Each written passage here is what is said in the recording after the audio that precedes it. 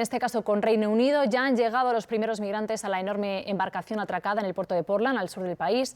El Gobierno pretende con la plataforma ahorrar costes porque ahora mismo hay más de 50.000 solicitantes de asilo alojados en hoteles. La medida ha sido muy criticada por las organizaciones de derechos humanos. De hecho, hablamos con Carlos de las Heras, portavoz de Amnistía Internacional. Buenas tardes, Carlos.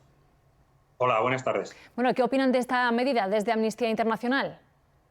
Sí, bueno, pues desde nuestra organización, evidentemente, la llegada de estas personas, de estas primeras personas migrantes al BB Stockholm, a la embarcación que hay atracada en la isla de Portland, es un ejemplo más del recibimiento que el Reino Unido está ofreciendo, por así decirlo, a las personas migrantes y a posibles solicitantes de asilo.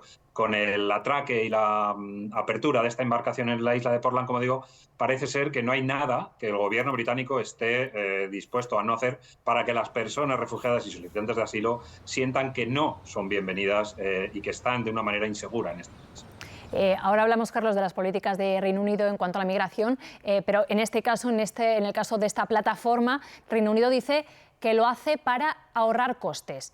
¿Existen otras alternativas que podrían ser mejores, según el criterio de Amnistía Internacional, para alojar a los migrantes?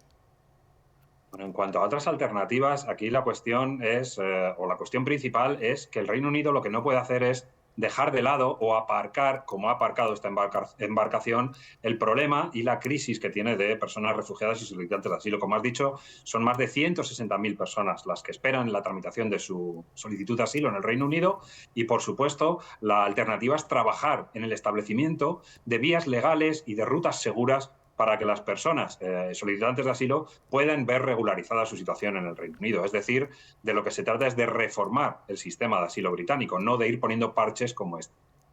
Carlos, ¿qué saben de cómo son las condiciones en ese BB Stockholm, en ese buque?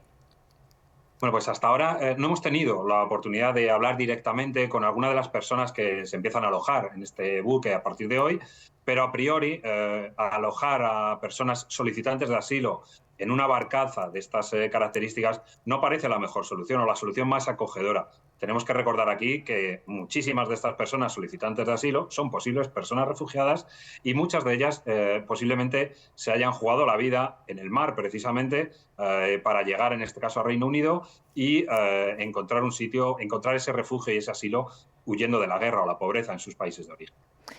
Carlos, además de la instalación de este barco, la política migratoria de Reino Unido en general está siendo criticada por las ONGs. Está la nueva ley migratoria, la Illegal Migration Bill. También está el acuerdo entre Reino Unido y Ruanda para deportar a los que soliciten asilo. ¿Qué opina Amnistía Internacional de estas políticas de Reino Unido?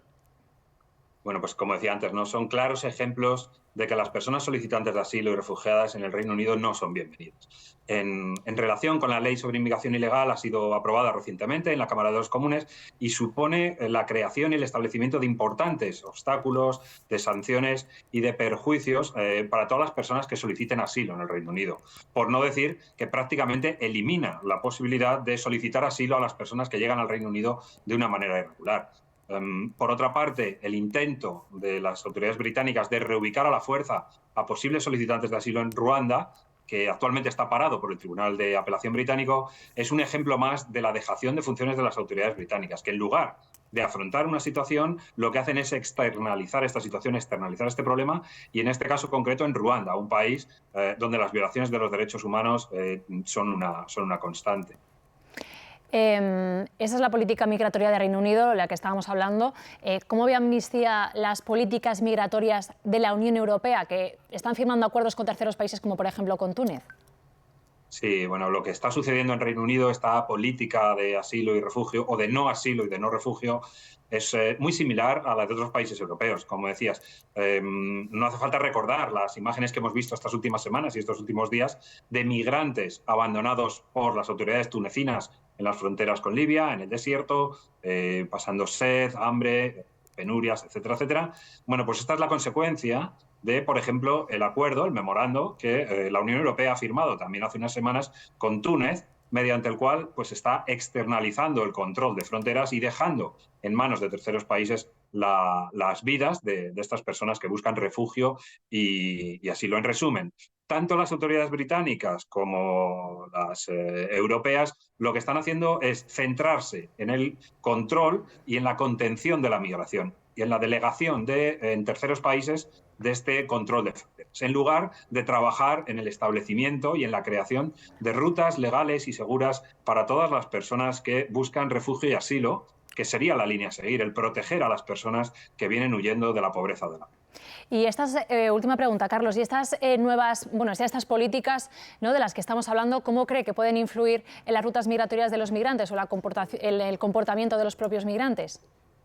Bueno, pues evidentemente, como decíamos, se trata o el mensaje que hay detrás de todas estas políticas es que las personas refugiadas y solicitantes de asilo no son bienvenidas en Europa.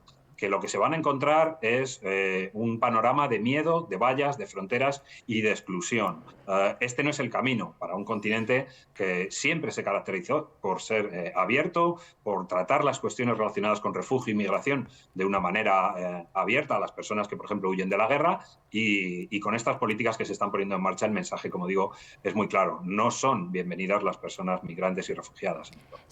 Sí, Carlos, me refería sobre todo a si cree que van a cambiar los flujos migratorios, si se van a cambiar las rutas migratorias o va a seguir, los migrantes van a seguir llegando a Europa a pesar de estas políticas. No, en mi opinión, esto no va a cambiar la situación, no va a frenar el número de llegadas a Europa, no va a frenar el número de llegadas al Reino Unido, ni tampoco, por ejemplo, a la frontera sur española o a las costas griegas o a las costas italianas. La gente que se ve obligada de sus países huyendo de la guerra o de la pobreza va a seguir, lamentablemente, teniéndose que jugar la vida, en este caso en el Mediterráneo, o atravesando el Canal de la Mancha, buscando un futuro mejor. En mi opinión, como te decía, no creo que estas políticas migratorias tengan un efecto disuasorio, ¿no?, que es uno de los mensajes que tratan de transmitir. Pues Carlos de las Heras, portavoz de Amnistía Internacional, gracias por atender al canal 24 Horas. De nada, muchas gracias a vosotras.